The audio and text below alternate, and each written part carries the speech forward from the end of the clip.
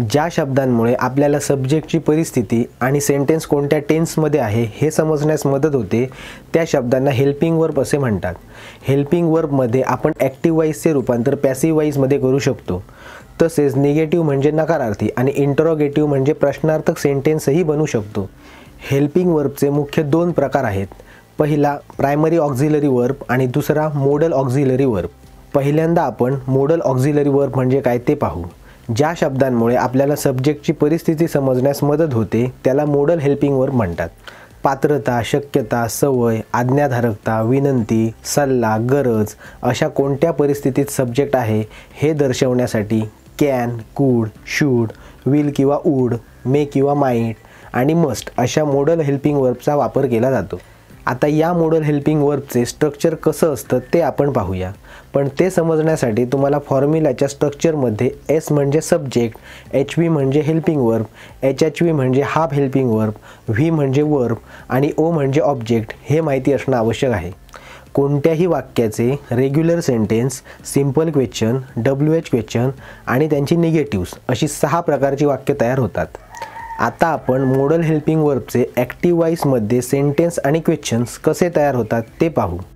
मोडल हेल्पिंग वर्बचे ॲक्टिव्ह वॉइसमध्ये अफर्मेटिव्ह म्हणजे रेग्युलर सेंटेन्स बनवताना S plus H V plus V plus O हा फॉर्म्युला वापरतात। तर रेग्युलर सेंटेन्सचे निगेटिव्ह सेंटेन्स बनवताना रेग्युलर सेंटेन्समधील हेल्पिंग वर्बच्या पुढे फक्त नॉट वापरतात। त्यामुळे निगेटिव्ह सेंटेन्ससाठी S plus H V plus not plus V plus O हा फॉर्म्युला वापरला जातो। तसेच मोडल हेल्पिंग वर्बचे ॲक्टिव्ह वॉइसमध्ये इंट्रोगेटिव्ह म्हणजे सिंपल क्वेश्चन बनवताना रेग्युलर सेंटेन्समधील हेल्पिंग वर्ब हे सुरुवातीला घेऊन सब्जेक्ट हा हेल्पिंग वर्बच्या जागी घेतला जातो।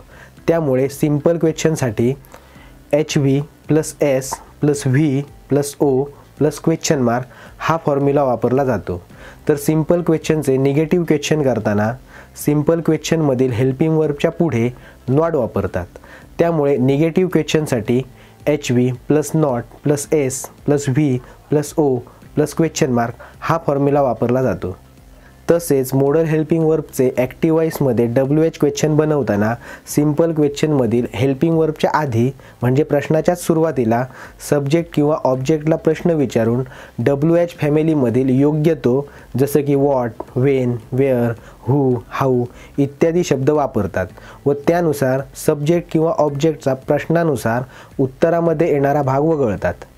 त्यामुळे WH क्वेश्चनसाठी WH plus H V plus S plus V plus O plus question mark हा फॉर्म्युला वापरला जातो।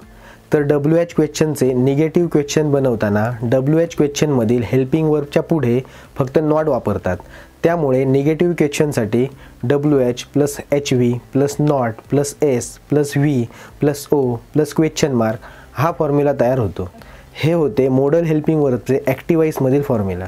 आता आपण मोडल हेल्पिंग वर्बचे पॅसिव्ह वॉइसमध्ये सेंटेन्स आणि क्वेश्चन कसे तयार होतात ते पाहूया। मोडल हेल्पिंग वर्बचे पॅसिव्ह वॉइसमध्ये अफर्मेटिव्ह म्हणजे रेग्युलर सेंटेन्स बनवताना O plus H V plus B plus V three plus subject हा फॉर्म्युला वापरतात। तर रेग्युलर सेंटेन्सचे निगेटिव्ह सेंटेन्स बनवताना रेग्युलर सेंटेन्समधील हेल्पिंग वर्बच्या पुढे नॉट वापरतात। त्यामुळे निगेटिव्ह सेंटेन्ससाठी O plus H V plus not plus B plus V three plus subject हा फॉर्म्युला तयार होतो।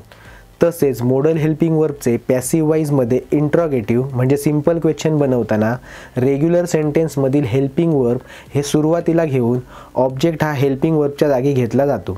त्यामुळे सिंपल क्वेश्चनसाठी H V plus O plus B plus V three plus subject plus question mark हा formula वापरतात।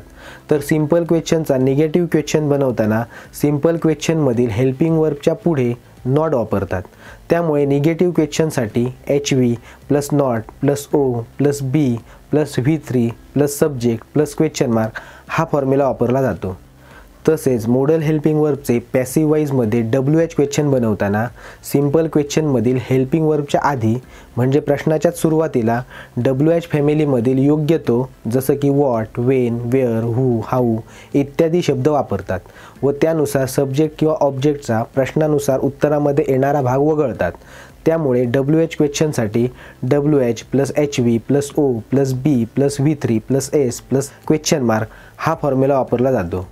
तर WH क्वेश्चनचे negative question बनवताना WH क्वेश्चनमधील हेल्पिंग वर्बच्या पुढे फक्त नॉट वापरतात.